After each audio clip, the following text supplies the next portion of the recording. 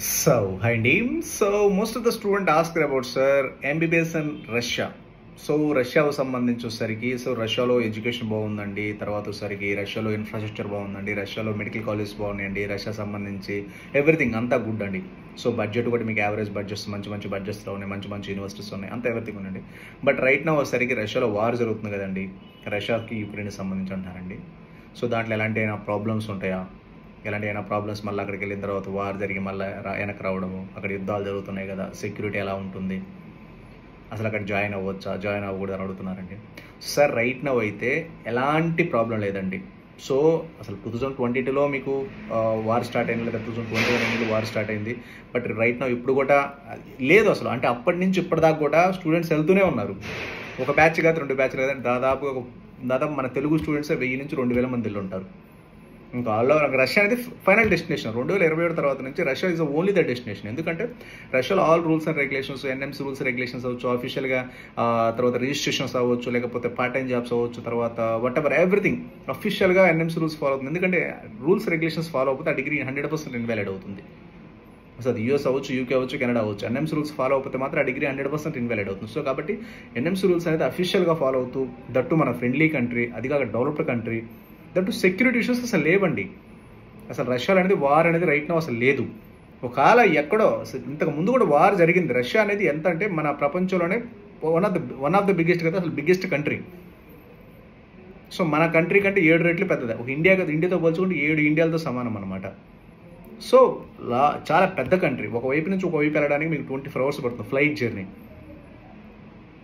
So కాబట్టి అసలు war జరిగేది మన యూనివర్సిటీస్ అసలు ఎక్కడో ఉంటాయి యూనివర్సిటీస్ రష్యాలో. అసలు రష్యా యూనివర్సిటీస్ అన్ని మాస్కో చుట్టూ ఉంటాయి, మాస్కోనో లేకపోతే ఉలెనస్కోవో మరో ఇటు సైడ్ ఉంటాయి. సో కాబట్టి వెస్ట్లో మీకు వచ్చేసరికి వెస్ట్లో జరుగుతాయి అన్ని. ఈస్ట్లో వచ్చేసరికి మన కాలేజీలన్నీ ఈస్ట్లో ఉంటాయి. అంటే ఎక్కడికి అసలు వారికి మనకు వచ్చేసరికి ఒక 5000 kilometers. అంటే ఫర్ ఎగ్జాంపుల్ మీరు ఢిల్లీలో చదువుతారు, ఇప్పుడు ఫర్ ఎగ్జాంపుల్ మనం ఏపీలోనే తెలంగాణలో ఉన్నామండి, వారి జరిగేది ఎక్కడ జమ్మూ కాశ్మీర్, అసలు ఆ రేంజ్ ఆఫ్ డిస్టెన్స్ ఉంటుంది. అంటే at least 4 hours 5 hours flight journey మనం ఉండే యూనివర్సిటీస్కి వాటికి. అంటే వారంటీ అంతే ఉంటుంది. మనకి జమ్మూ కాశ్మీర్లో జరుగుతుంది అనుకోండి, మనం ఎక్కడ ఏపీ తెలంగాణలో ఉంటాము. సో మనకి ఎలా ఇంపాక్ట్ ఉంటుంది, మనకి ఇక్కడ మెడికల్ కాలేజీలు మనకు అన్నీ ఉన్నాయి కదా, సేమ్ లైక్ దట్. ఎలా మన లైఫ్ డిస్టర్బ్ అవ్వలేదు, ఎలా మనం ప్రాపర్గా మన అంతా పీస్ఫుల్ కూడా సేమ్ లైక్ దట్ అంతేనండి. సో రష్యాకి అసలు ఎలాంటి ప్రాబ్లం లేదు, ఎలాంటి ఎడ్యుకేషన్ ప్రాబ్లం లేదు, ఎలాంటి అసలు బడ్జెట్ కూడా మీకు యావరేజ్ బడ్జెట్ మీకు ఎంత బడ్జెట్ అవుతుంది, 100% 25 lakhs బడ్జెట్ అనుకుంటే 100% 25 lakhs అవుతుంది. 30 lakhs బడ్జెట్ అనుకుంటే 100% 30 lakhs అయిపోతుంది.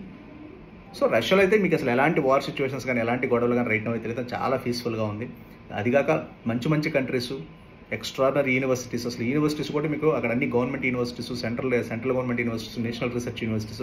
మీకు అక్కడ యూనివర్సిటీస్ ఎలా ఉంటాయంటే, ఇక్కడ మీకు 600-700 స్కోర్ వస్తే ఎలాంటి యూనివర్సిటీస్ వస్తాయో మీకు అక్కడ అలాంటి యూనివర్సిటీ జస్ట్ నీట్లో క్వాలిఫై అలాంటి యూనివర్సిటీస్ రైట్ నో అవైలబుల్ అండి. బడ్జెట్ కూడా వస్తారు ఒక 25 to 30 lakhs బడ్జెట్లో, ఇంక్లూడింగ్ నేను చెప్పేది ఫుడ్ అండ్ అకామిడేషన్, దాన్ని కూడా ఇన్స్టాల్మెంట్ వైజ్గా పే చేసుకోవచ్చు. సో కాబట్టి మీకు ఆల్ రూల్స్ అండ్ రెగ్యులేషన్స్ అవ్వచ్చు, మన ఫ్రెండ్లీ కంట్రీ, అది తర్వాత సరే developed country, everything is very good అండి.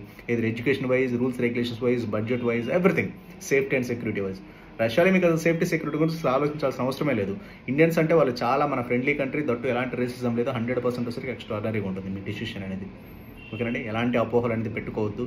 సో డిఫరెంట్ పర్సన్స్ డిఫరెంట్ చెప్తారు కాబట్టి మన యాక్చువల్ రియాలిటీ అనేది మనకు 100% తెలిసి ఉండాలి. సో ఆ రియాలిటీ తెలియకపోతే అంటే 100% మనం ప్రాబ్లం ఫేస్ చేస్తాము. తర్వాత rules regulations, Kyrgyzstan, Kazakhstan, Georgia అని ఈ అండర్ డెవలప్డ్ కంట్రీస్ జస్ట్ మేము ప్రమోట్ చేయడానికి, లేదా రష్యాని డీప్రమోట్ చేస్తుంటారు ఆ కంట్రీస్ పంపించడానికి. సో మీరు అలాంటి ఏమీ పెట్టుకోవద్దు.